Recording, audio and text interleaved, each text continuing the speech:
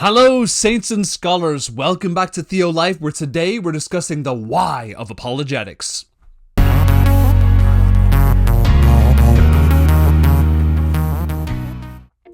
What is the fundamental purpose of apologetics? Why do we need to provide an intellectual framework for understanding and believing in Christianity? We will examine the three areas which are the main purposes of apologetics: evangelism, to encourage Christians, and to understand God better. The first purpose is evangelism. If you're a Christian that wants other people to know the joy and salvation of Jesus Christ, then apologetics is an exciting area for you. Many very decent, well-meaning people do want to believe in Christianity, but have sincere intellectual objections. They may believe that belief in Christianity requires you to sacrifice their intellectual skepticism. I don't want to look dumb in this situation.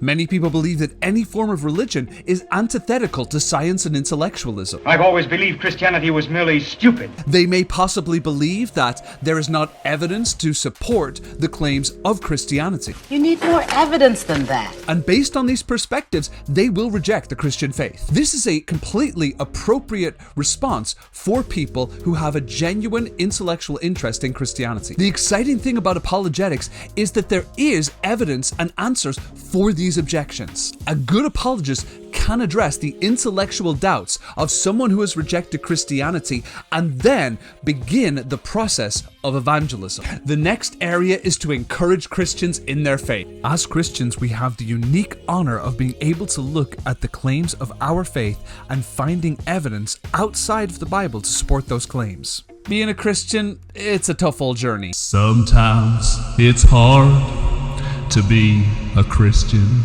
I mean, seriously, we are constantly inundated with really frustrating criticisms of our religion, telling us how fake we are all the time. If one more person sends me a TikTok video about how Constantine took books out of the Bible or Christmas is based on pagan nonsense, I am going to want to rip my face. Will you stop getting your theology from TikTok, people? And this constant barrage of criticism has left many Christians to wonder, is there an intellectual basis for Christianity, or are we just a myth that was built over time? The good news is the solid evidence for Christianity can help us build a foundation upon which to intellectually justify our theological beliefs. Christianity has evidence, and that evidence can strengthen the Christian to believe this is not just an emotional idea, but a solid intellectual idea. Finally, we can see that apologetics can help us broaden our understanding of God. When you want to dig into apologetics, you have to dig into the broader world around you. You may have heard it said, The Bible is all we need, brothers and sisters. The Bible is my history book. The Bible is my science book. The Bible is my math book. The Bible is my financial planner. The Bible is the book that helps me interpret the Bible. We believe in the Bible in this church, and the Bible is the only thing we will ever preach. Can I get an amen? While this sounds very pious, it actually just doesn't actually make any sense. The Bible is an incredible book, but we are only convinced of its veracity because it lines up with the other evidence that we see in the world around us. The Bible is supported by evidence from outside of the Bible, creating a holistic approach to understanding a fuller truth. For example, if you want to know why Jonah was a little bit awkward about, going to Nineveh and preaching to the people there about the salvation of God, you would have to look for external biblical support to show what really horrible people that they were living in Nineveh at that time. The Bible doesn't actually give details of the historical assumptions that were present within the text of the book of Jonah, but historical evidence will tell us how horrendous the Ninevites were and why Jonah would have been hesitant to go there. For example, we don't actually have evidence that the slaughter of the innocents by Herod the Great in the Christmas story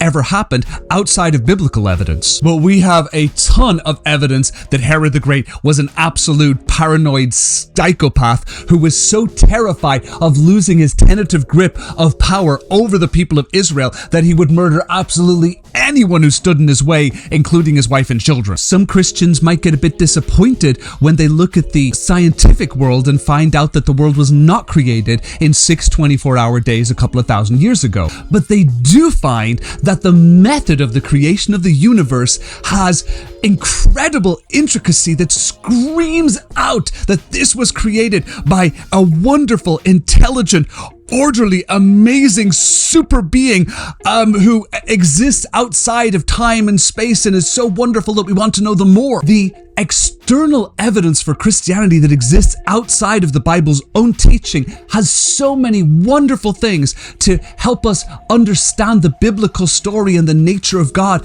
in so many magical ways. God reveals himself beautifully through the power of the Holy Scriptures. Yet his story is also so evident throughout all of history, and particularly in the story of nature and in science. Understanding all these disciplines is a wonderful way for getting to know God better. So what is the great purpose of apologetics? It encourages Christians. It brings about new Christians and helps all of us understand God better.